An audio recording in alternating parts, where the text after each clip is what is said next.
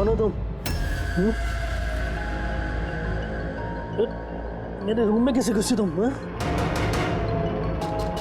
Housekeeping हो? अभी manager को फोन करके तुम काम से निकलवाता हूँ। सॉरी रतन सर, एक्चुअली आपके रूम का फायर अलार्म गलती से बज गया था। मैं चेक करने आया था कि कोई खतरा तो नहीं है। मैंने दरवाज़ा नॉक किया था पर शायद आप सो रहे तो इसलिए खोला नहीं, इसलिए मुझे मास्टर की यूज़ करके अंदर आना पड़ा। Are you fine? फाइन, गो।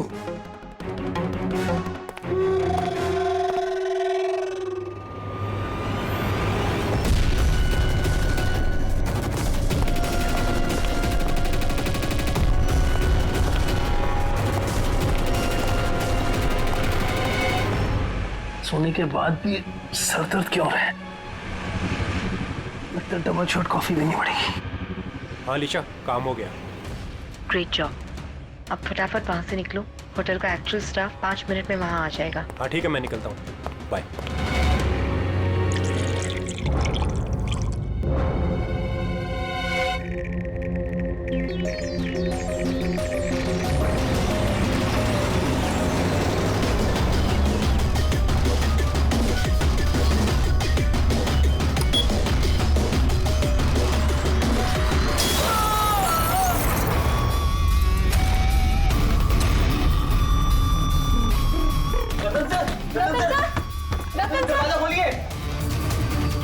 एक काम कर, मास्टर की से दरवाजा खोलते हैं।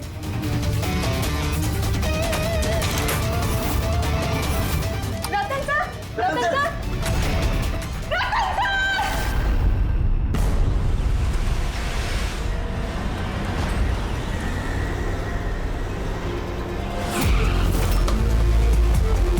जिनका खून हुआ है उनका नाम क्या है? सर रतन जी, वो हमारे रेगुलर कस्टमर थे और वो बहुत ही बड़े फिजिसिस्ट भी थे सर। फिजिसिस्ट? जी सर। मतलब फिजिक्स में एक्सपर्ट है ये? जी सर।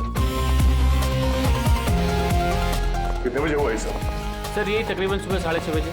हटिए, चलिए हटिए, प्लीज हटिए।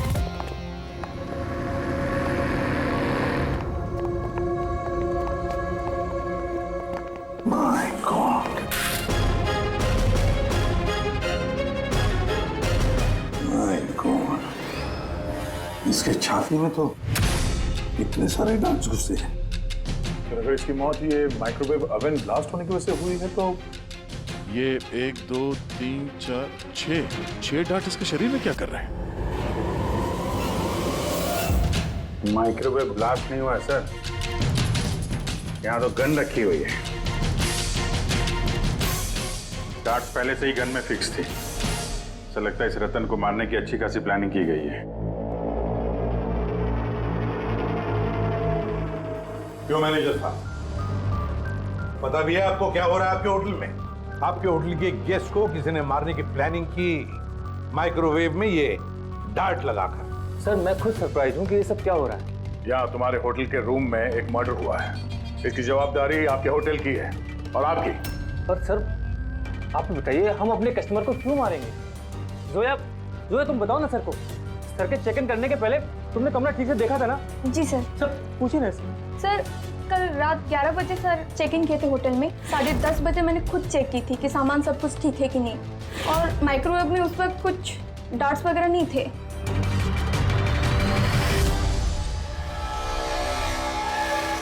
सर, आधा खाया हुआ पिज्जा है सर। यार ये आपके यहाँ ये बाहर का खाना अलाउड है? सर अलाउड तो नहीं है, लेकिन रतन सर रेगुलर थे तो किसी स्टाफ ने अलाउ कर दिया होगा सर। यह स्टाफ में कौन था जब ये पिज्जा कमरे के अंदर लाया गया? हा? क्या हुआ? हमारे सवाल शुरू हुए तो तुम्हारी जुबानें बंद होगी? सीसीटीवी फुटेज देखना है हमें। रात 10:30 बजे से सुबह 6 बजे तक जो कुछ भी हुआ है उन्हीं 7.5 घंटों के बीच में ही हुआ है।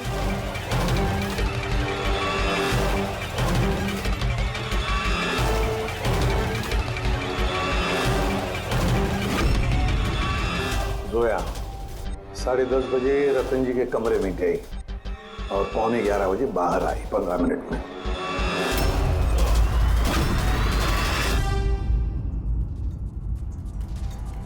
ग्यारह बज के 11 मिनट पे ये रतन कमरे में गया। फॉरवर्ड करना जरा।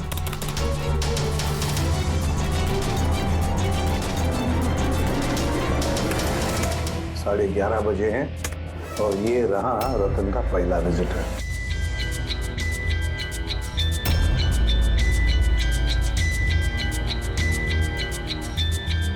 अरे 5 मिनट में बाहर भी आ गया। काफी गुस्से में भी लग रही है कौन है? सर ये अमित है, रतन सर के भाई। पहली बार आए थे होटल में। रतन जी तो मिलना भी नहीं चाहते थे इन्हें, पर इन्होंने जबरदस्ती करके रूम में घुस गए।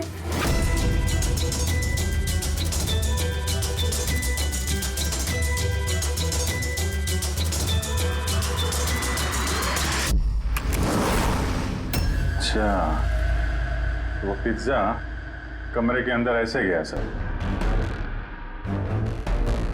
फॉरवर्ड करना जरा, फॉरवर्ड करना।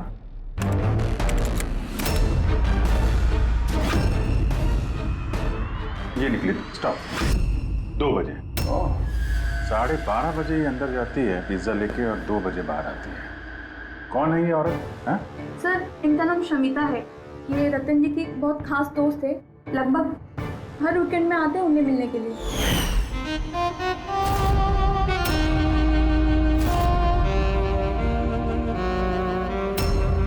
शमिता खास दोस्त रात के 12:30 बजे आती है पिज्जा लेकर।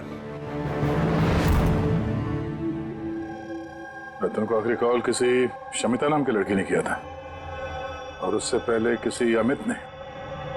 सर। हाँ पंकज, एक सेकंड, ये पासपोर्ट देखिए सर। इस पे ये कैम्बी का वीजा लगा है। तो सर ये बॉम्बे से कैम्बी जाने का टिकट। फोटो तो उसी की है पर नाम रतन नहीं है, दिग्विजय कुमार।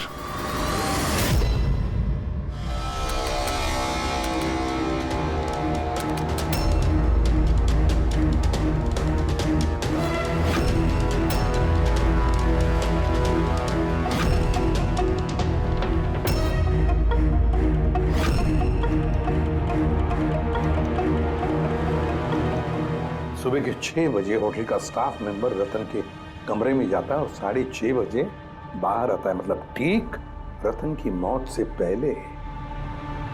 कौन है ये स्टाफ मेंबर? पता नहीं सर। क्या आप अपने स्टाफ वाले को नहीं पहचानते हैं? सर ये स्टाफ का आदमी नहीं है, मैं पता करवाता हूँ सर। मुकुल ये जाकर देखो ये आदमी कौन है, कोई नया स्टाफ आया है क्या? सर एक बात समझ में नहीं आ रही। ये रतन एक फिजिसिस्ट था, देश के स्पेशलाइज स्पेस प्रोग्राम पे काम कर रहा था। नकली पासपोर्ट बनाने की क्या जरूरत? वही तो, कोई किसी फिजिसिस्ट को मारने के लिए इतनी लंबी प्लानिंग क्यों करेगा? पूर्वी ये लैपटॉप चेक करो सर रतन का। सर हाँ मैंने सारा रिकॉर्ड चेक कर लिया। ये बंदा होटल के किसी भी डिपार्टमेंट में काम नहीं करता है, इवन वो स्टाफ का भी नहीं था सर। सर मुझे लगता है वो बाहर का ही था। ये लो, कोई बाहर का अनजान आदमी आपके यहाँ आता है, होटल का स्टाफ बन के घूम रहा है, ये आपकी सिक्योरिटी है? हैं?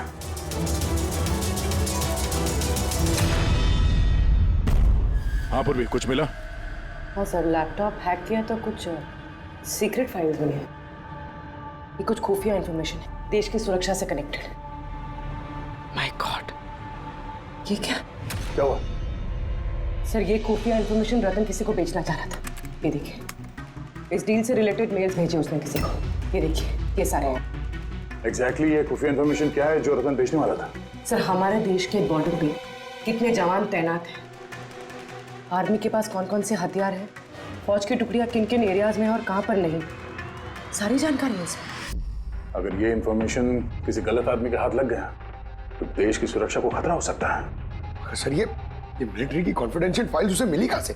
ऑब्वियसली पंकज, किसी आम आदमी के पास ये क्लासिफाइड फाइल्स नहीं हो सकते हैं। ये क्लासिफाइड फाइल्स और ये डुप्लीकेट पासपोर्ट इस बात की तरफ इशारा कर रही है कि ये रतन कोई फिजिसिस्ट नहीं था, ये किसी दुश्मन देश का जासूस था जो अपना काम करने के बाद इस नकली पासपोर्ट के जरिए देश छोड़ के भागने वाला था हमेशा के लिए।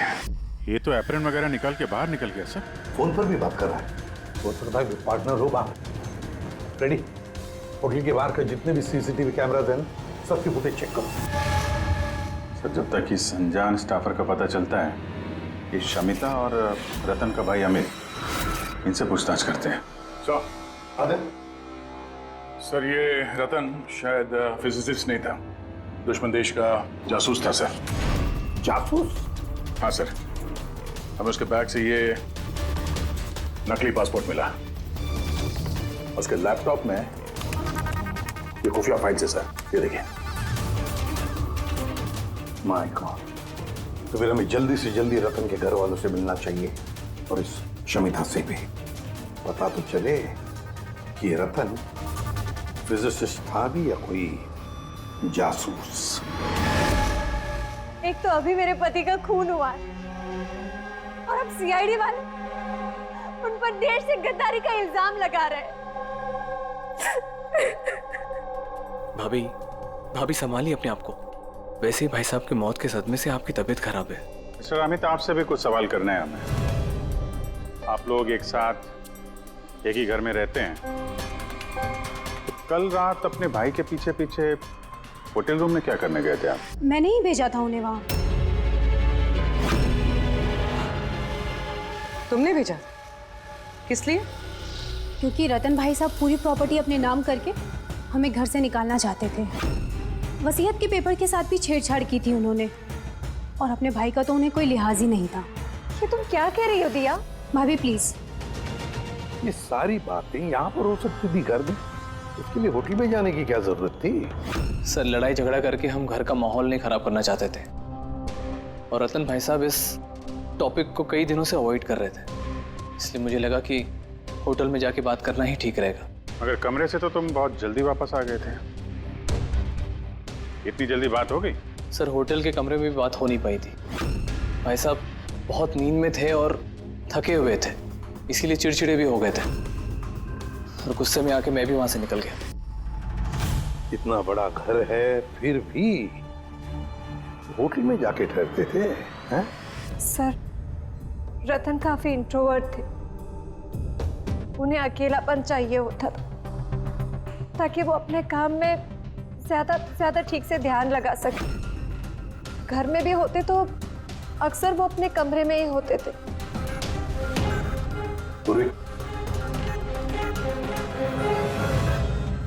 उन्हें जब कभी ज्यादा डिस्टरबेंस महसूस होता था तो वो अक्सर होटल में जाया करते थे।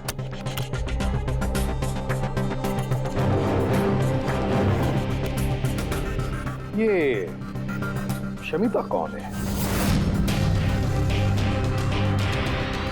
शमिता?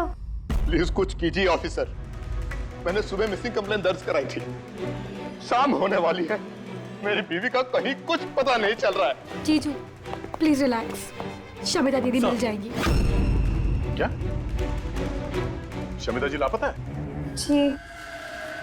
आप लोग? हम लोग सीआईडी से। अच्छा वो आप लोग आ गए, ये लोग तो कुछ कर नहीं पा रहे, अब आप लोग पता लगाइए ना मेरी बीवी कहाँ है।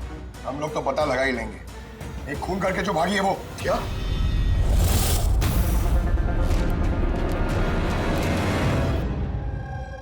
कहने के लिए तो रतन मेरे पति थे, लेकिन मैं उनके बारे में कुछ नहीं जानती थी। वो मुझसे कुछ भी शेयर नहीं करते थे। उनकी जिंदगी के हर पन्ने मेरे लिए राज से कम नहीं था। ये शमिता कौन है मैं कुछ नहीं जानती, मैंने ये नाम भी नहीं सुना। यहाँ तक कि वो क्या करते हैं, क्या काम करते हैं, मुझे कुछ नहीं पता। ये उस होटल कॉरिडोर की फुटेज। कल घर से कहाँ जाने के लिए निकली थी शमिता? अब घर से तो ऑफिस के लिए ही निकली थी, मगर ऑफिस से निकलने के बाद कहाँ गई कुछ पता नहीं चल रहा है। अच्छा कल डिनर में क्या खाया था रतन ने? प्लेन चीज पिज्जा।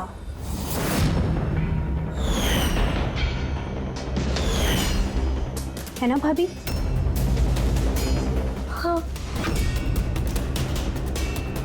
प्लेन चीज पिज्जा, कमाल है अभिजीत, होटल में भी पिज्जा और घर में भी पिज्जा। भाई साहब ने होटल में भी पिज्जा खाया था? वही पिज्जा जो शमिता लेकर आई थी। किडनैपर्स का फोन आया था? शमिता को किडनैप करना इतना आसान नहीं है। आईबी विंग में काम करती है वो। हर तरह से ट्रेंड है हर खतरे से निपटने के लिए। आईवी, आप अपने दीदी का कमरा दिखाइए जरा।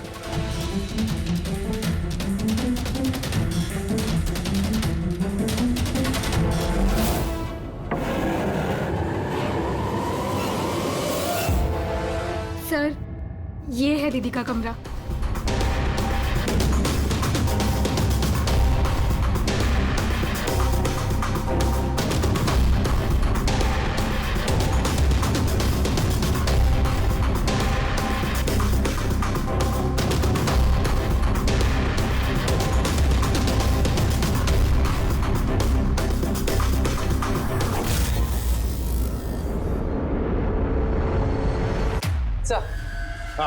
सर यहाँ आइए प्लीज।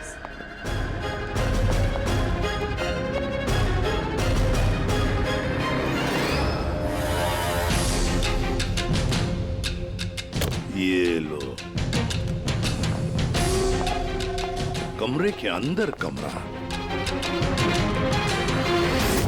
सर इधर आइए। ये देखिए, ये कंप्यूटर हैक हुआ है सर। एक काम करो, पूरे घर की तलाशी लो। गाड़ियां, विग्स, ओहो, प्रोस्थेटिक्स। अभिजीत, देखा है सर? हाँ सर, और ये लॉकर में क्लासिफाइड फाइल्स। लगता है काफी समय से जासूसी चल रही है इसकी। सिर्फ इतना ही नहीं सर, कोई तो है जो रतन पे नजर रखे हुए था। उसकी कंप्यूटर की एक एक एक्टिविटी को मॉनिटर कर रहा था। ये कंप्यूटर हैक है। कौन हैकर है पता लगा?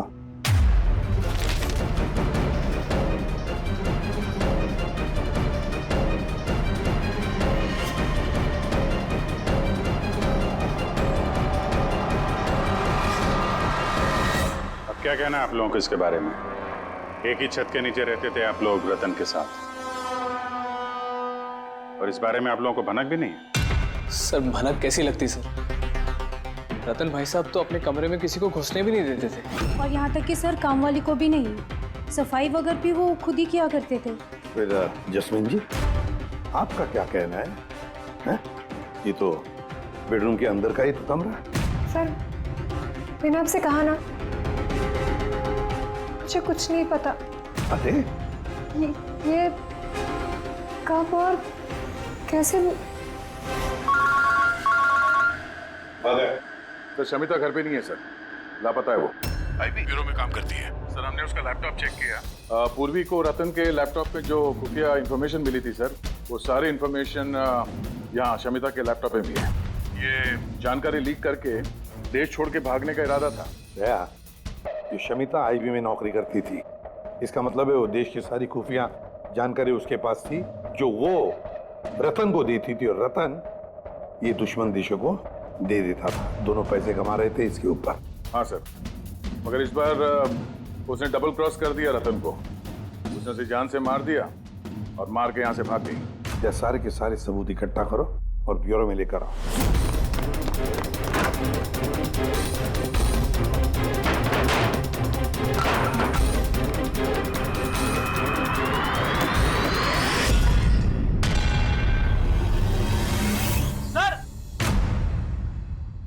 सर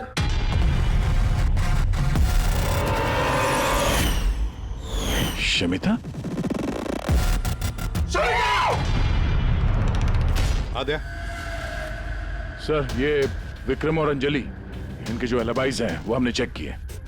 जब खून हुआ उस रात ये विक्रम ग्रैंड रोड में एक ट्रैफिक जाम में फंसा हुआ था, और रात के करीब 2 बजे घर पहुंचा वो। और ये अंजलि? सर, अंजलि भी रात के 12 बजे तक काम कर रही थी, और करीब 1:30 बजे के आसपास वो घर पहुंची। सब देखकर ऐसे लगता है कि ये कोई मामूली मर्डर केस नहीं है, देश की सुरक्षा से जुड़ा हुआ है। सर ये देखिए सर, ठीक ब्लास्ट से पहले सुबह 6:30 बजे के आसपास इस लाल गाड़ी में एक औरत होटल से बाहर गई। सर, वो जो नकली होटल स्टाफ वाला था ना सर, वो भी उसी वक्त निकला था, लेकिन दूसरे गेट से। ये देखिए। पूर्वी, गाड़ी कितने बजे आई थी होटल में? सुबह 6 बजे। निकल गई 6:30 बजे, आधे घंटे बाद। लड़की के चेहरे पे जूम करो जरा, देखें तो सही। हमारे डेटाबेस में कुछ नाम और चेहरे हैं जिनसे देश की सिक्योरिटी को खतरा है। ये गद्दारों और जासूसों वाली लिस्ट है। इनके चेहरे स्कैन करो और उन सब से मैच करके देखो। और पंकज, आरटीओ से पता करो कि ये गाड़ी किसके नाम पर रजिस्टर्ड है। सर, बड़ा ही कंफ्यूजिंग केस है सर, कुछ समझ भी नहीं आ रहा है आखिर ये माजरा है क्या। रेडी, एक बात तो पक्की है कि ये केस देश की सुरक्षा से जुड़ा हुआ है, इसलिए जिसने भी इस शमिता और रतन को मारा है ना, वो कोई मामूली क्रिमिनल नहीं, मामूली खूनी नहीं है। ये चक्कर कुछ और ही है। ओहो, अरे क्या हुआ, कुछ मिला? हाँ सर, मिला। ये आदमी और औरत उस लिस्ट में नहीं है देश के गद्दारों वाली, बल्कि उन लोगों की लिस्ट में है जो देश से गद्दारी करने वालों को पकड़ के खत्म करते हैं सर। ये दोनों आईबी ऑफिसर्स हैं, अलीशा और ईशान। ऐसे भी प्रद्युम्न, मैं आपकी बहुत इज्जत करता हूँ, इसलिए मैं कुछ नहीं कह रहा। अगर यही इल्जाम किसी और ने लगाया होता तो वो ऑफिसर अब तक बहुत पछता रहा होता। शेखर जी, आप आईबी के हेड हैं, इसलिए वो ना आपका ये धमकी भरा रवैया मैं भी बर्दाश्त नहीं करता। एसीपी साहब, मैं धमकी नहीं दे रहा हूं, आपके इल्जाम का जवाब दे रहा हूं। आपने बड़ी आसानी से हम पर रतन और शमिता के खून का इल्जाम लगाया है। क्या आपको लगता है कि वो देश के गद्दार थे और इसलिए हमने उनको मार डाला? मैं इल्जाम नहीं लगा रहा, मैं साफ साफ पूछ रहा हूं कि क्या जो कुछ भी हुआ वैसा ही हुआ? देखिए सर, हम लोगों को पता है कि आप लोग जानते थे कि ये दोनों देश के सुरक्षा से संबंधित कुछ खास जानकारी दुश्मनों को बेचने वाले थे। और हमें यह भी पता है शेखर जी कि जिस वक्त रतन का खून होने वाला था, उस वक्त ईशान और आलिशा वहां उस होटल में मौजूद थे। रतन का खून होने से कुछ मिनटों पहले ही ईशान रतन के कमरे में गया था। शमिता रतन के कमरे में पिज्जा लेकर गई थी, एक ऐसा पिज्जा शायद जिसमें बेहोशी की दवाई थी। हा? तो आप लोगों ने शायद उससे कुछ ऐसा कहा होगा कि हमारे लिए काम कर दो और रतन को मार दो, तो आप लोग उसे छोड़ दोगे। क्यों? मगर वो अलग बात है कि उससे पहले शमिता मारी गई खुद अपने ही घर में। ये सच है कि हमें शमिता और रतन के गैर कानूनी कामों के बारे में पता चल गया था और इसीलिए सिर्फ और सिर्फ हम लोग उन पर नजर रख रहे थे। कुछ ऐसी कहानी सुनाइए शेखर जी जिस पर यकीन किया जाए। सर प्लीज, आप शेखर सर से इस तरह बात नहीं कर सकते। और तुम भी एसीपी साहब से इस तरह से बात नहीं कर सकते। Relax boys. अलीशा, तुम ही बताओ, तुम दोनों उस दिन होटल पे क्यों गए थे? सर, रतन के लैपटॉप से उन फाइल्स की कॉपी बनाने जो उसने दुश्मन देश को ईमेल कर दिया था, ताकि हमें ये पता चल सके कि हमारी कौन कौन सी खुफिया इंफॉर्मेशन उन तक पहुंच चुकी है। तो अब तसल्ली हो गई आपकी? हमारा मकसद सिर्फ नजर रखना था, मारना नहीं था। हाँ, लेकिन अगर जरूरत पड़े और हमारे पास ऑर्डर्स हो तो ऐसे देश के गद्दारों को मारने के लिए हमें आपके परमिशन की जरूरत नहीं है। सर फिलहाल तो टेंशन वाली बात यह है कि जिस किसी ने उन दोनों को मारा है तो उसके हाथ देश की खुफिया जानकारी लगी होगी। वो ये जानकारी जिसे मर्जी दे सकता है, दुश्मनों को, आतंकवादियों को या किसी और को भी। हाँ, अगर हमें वो इंसान मिल गया जिसने उन दोनों को मारा है और जिसके पास देश की खुफिया जानकारी है, तो हम उसे मारने में भी हिचकिचाएंगे नहीं। और हमें पूरा यकीन है कि आईबी के पहुंचने से पहले सीआईडी उस तक पहुंच जाएगी। ऐसे भी प्रद्युम्न, अपने ऑफिसर को समझाइए ये वक्त एक दूसरे को चुनौती देने का नहीं है, बल्कि मिलकर साथ काम करने का है। शेखर जी, देश की चिंता जितनी आप लोगों को है ना, उतनी चिंता हम सीआईडी वालों को भी है। लेकिन एक बात अच्छी तरह से याद रखना, जब तक ये मर्डर सुलझा नहीं जाता तब तक आप उस गद्दार तक पहुंच नहीं सकते। शमिता ने वो खास जानकारी लीक करके रतन को दी और रतन वो इंफॉर्मेशन किसी को बेचने वाला था। मगर इससे पहले कि रतन अपनी गद्दारी का काम पूरा कर ले, किसी ने शमिता को रतन के खून के प्लान में हिस्सा बना लिया। और अब अगर वो ईशान नहीं है तो जो कोई भी है सर, उसे जल्द से जल्द ढूंढना होगा कि उसी ने शमिता को भी मारा है। हाँ बोल रहा हूं क्या क्या सारुण के अब क्या नया चक्कर है तेरा? क्यों? जब हम लोगों ने अपनी आंखों से उस सीसीटीवी फुटेज में देखा है कि रात के 12:30 बजे शमिता वहां होटल के कॉरिडोर में थी, तो तू कह रहा है कि वो शमिता नहीं थी। कौन हो सकता है? रतन की मौत कैसे हुई? रतन की मौत हुई जहर की वजह से। वो डार्ट जो हमें रतन की बॉडी में से मिला है, उस पर इतना जबरदस्त जहर लगा हुआ था कि सेकंड्स में ही रतन की मौत हो गई। और सर पॉइंट नंबर 2, इस माइक्रोवेव में डार्ट फिक्स करने के लिए खूनी को पूरा टाइम मिला होगा, क्योंकि ये नशीला पिज्जा खाने की वजह से वो बेहोशी की हालत में पड़ा होगा। तो बस जो नशीली दवाई हमें पिज्जा में मिली है, उसी नशीली दवाई के ट्रेसेस हमें रतन के पेट में से। हाँ, अभी पूरे इंग्रेडिएंट्स को अच्छी तरह से चेक नहीं कर पाया हूँ, लेकिन यार सामखे, मैंने सब कुछ मान लिया, बस सब कुछ मान लिया, लेकिन पहले ये बता, इन सारी चीजों का शमिता के वहां होटल में ना होने से क्या कनेक्शन? बता रहा हूँ, वही बता रहा हूँ बॉस। शमिता डायबिटीज की पेशेंट थी, शक्कर की बीमारी। शमिता की मौत हुई है किसी मिलावट वाले इंसुलिन के इंजेक्शन की वजह से। और सबसे इंपॉर्टेंट बात, शमिता का मौत का टाइम है रात को 10 से 12 के बीच का। क्या? एग्जैक्टली। तो 12 बजे तक अगर वो मर चुकी थी, फिर 12:30 बजे वो हमें होटल में कैसे दिख सकती है? तो अगर शमिता ने रतन को नहीं मारा और अमित, ईशान और अलीशा ने भी नहीं मारा, तो फिर रतन को मारा किसने? और फिर वो फुटेज में जो औरत हमने देखी थी, अगर वो शमिता नहीं थी तो फिर कौन थी? शमिता। एसीपी साहब, आप शायद नहीं जानते कि मैं कितनी बड़ी टेंशन में हूँ। अगर वो खूनी नहीं पकड़ा गया जिसने रतन और शमिता को मारा है, तो देश कितनी बड़ी मुसीबत में फंस सकता है, ये आप नहीं जानते। मैं अच्छी तरह से जानता हूँ शेखर जी, बहुत अच्छी तरह से जानता हूँ।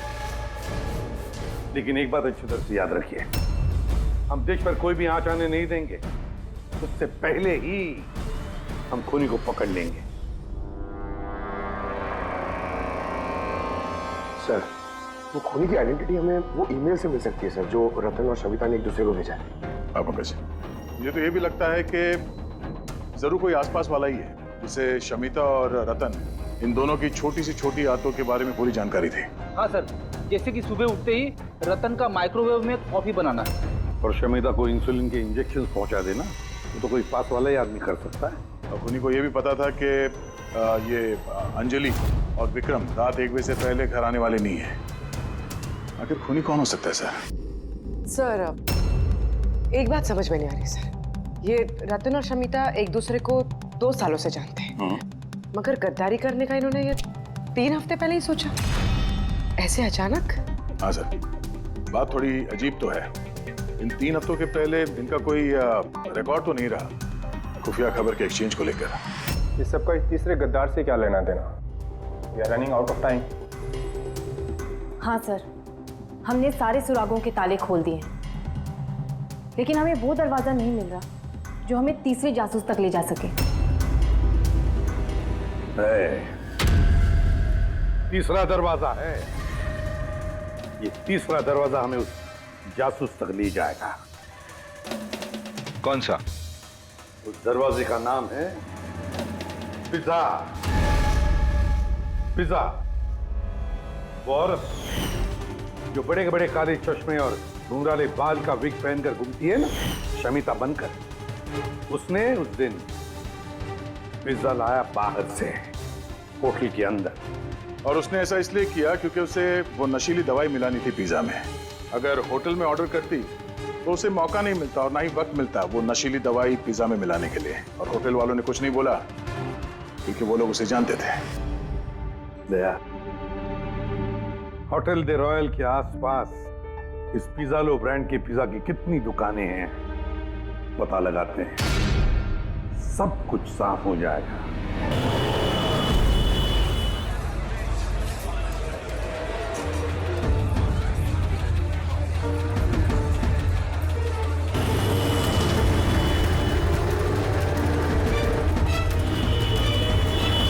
हाँ सर, कल रात 12:15 बजे कोई तो आया था पिज्जा लेने, लेकिन वो कोई लड़की नहीं बल्कि एक लड़का था। इन दोनों में से कोई था? हाँ सर, यही था वो। विक्रम?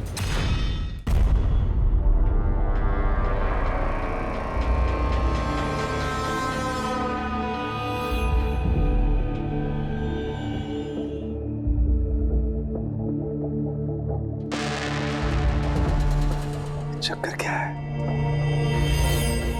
अरिका, एक मिनट आओ। यस। अरिका, ये दोनों स्लाइड्स में पिज्जा के सैंपल्स हैं। इसमें वो है जो हमने उसके पेट में से निकाला है। दूसरा ये पिज्जा का वो टुकड़ा है जो एक्चुअल है, जो टेबल पे रखा हुआ था। जरा देखो दोनों। सर इट्स ऑब्वियस ना कि यही वाला पिज्जा खा के रतन वो बेहोशी वाली नींद सोया था। उसमें देखना क्या है? Do you think I am a fool? दोनों क्या पे? अरे कोई वजह होगी तभी तुम्हें दिखा रहा हूँ ना। प्लीज देखो ना। Of course, sir. Just see it. हाँ हाँ सर, हाँ।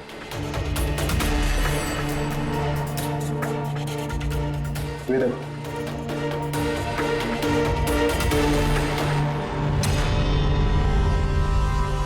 क्या? इसका मतलब रतन ये पिज्जा खा के बेहोश नहीं हुआ है? Exactly, वही दिखाना चाहता था मैं तुम्हें। क्या खाया होगा उसने?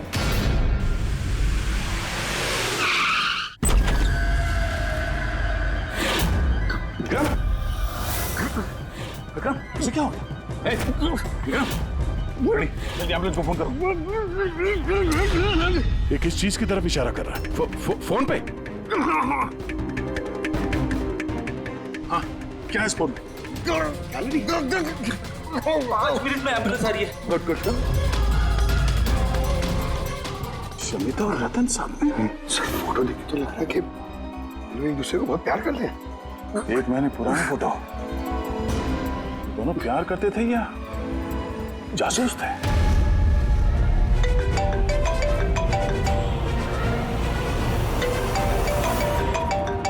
हाँ डॉक्टर साहब।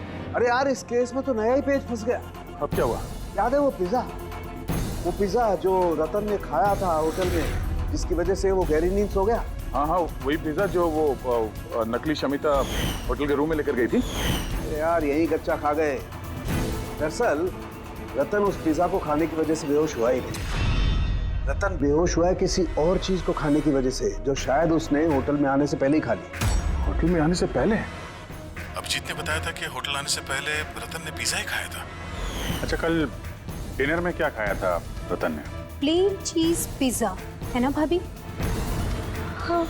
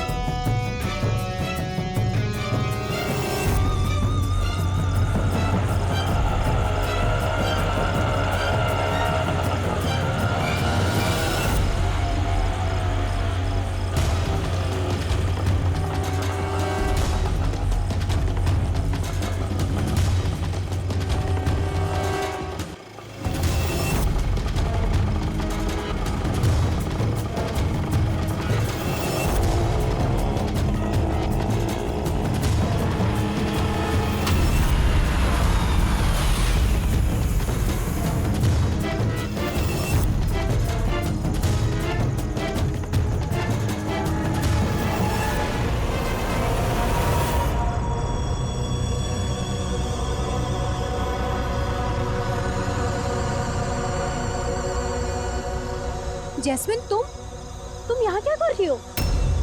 इन लोगों ने मुझे कुछ इन्फॉर्मेशन लाने के लिए कहा। मुझे कुछ पता ही नहीं उस इन्फॉर्मेशन के बारे में।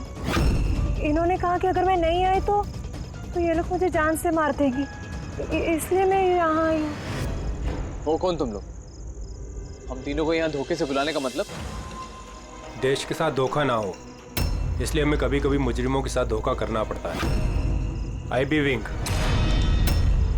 आप लोग वही है ना जिन्होंने रतन भैया को मारा था?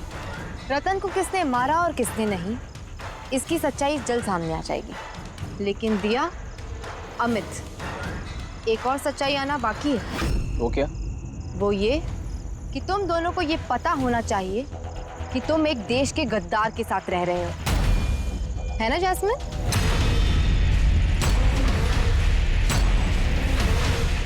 What nonsense!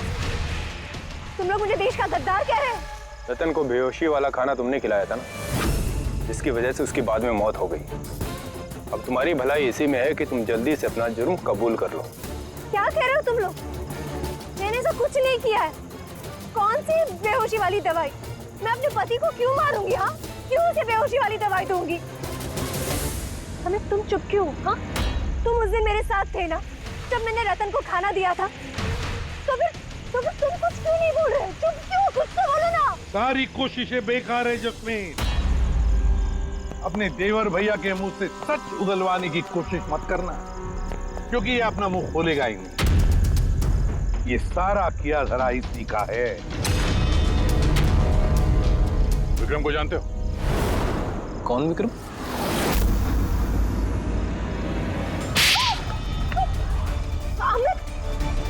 आप लोग इस तरफ आइए।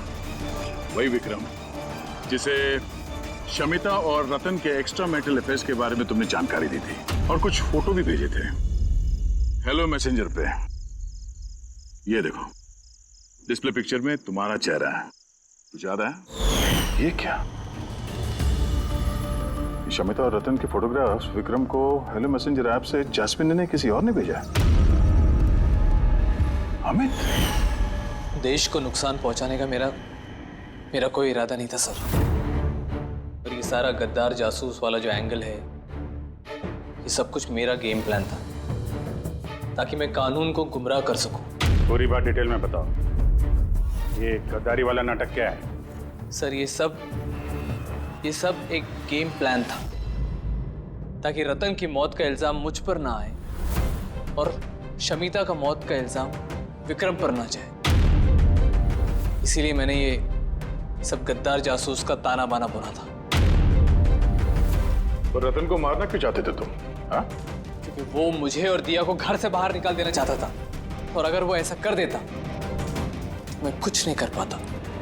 लेकिन मेरी किस्मत अच्छी थी कि उसी वक्त मुझे रतन और शमिता के लव अफेयर के बारे में पता चल गया, और तभी मैंने ये सारा प्लान रचा। मैंने शमिता के हस्बैंड विक्रम को उसकी बेवफा बीवी का सबूत दिया। गुस्सा तो इतना आ रहा है मुझे कि मन कर रहा है उसे डिवोर्स दे दूं, मगर क्या करूं? इसमें मेरा ही नुकसान है। अगर उसने मुझे छोड़ दिया ना, तो मैं खुद ही सड़क पे आ जाऊंगा। तो डिवोर्स मत दो, कुछ उससे भी बड़ा सोचो। मार डाले उन्हें। फिर मैंने और विक्रम ने रतन और शमिता के कंप्यूटर पे उनके नाम से ईमेल अकाउंट्स बनाए। रतन वाले ईमेल्स मैं भेजता था और शमिता वाले विक्रम। उस रात होटल में विक्रम ही नकली शमिता बनकर गया था। जब वो कमरे में पहुंचा तो उसने देखा कि रतन गहरी नींद में है। बस फिर उसने माइक्रोवेव में डार्ट्स फिट किए, थोड़ा सा पिज्जा खाया, नशीली दवाई मिलाई और फिर कमरे में से चला गया। और शमिता को वो जहरीला इंसुलिन का इंजेक्शन तुमने ही दिया था ना? हाँ, होटल जाने से पहले मैं शमिता के घर गया था। जी कहिए, आप कौन? तो मैं आजाद करने आया हूँ। मतलब?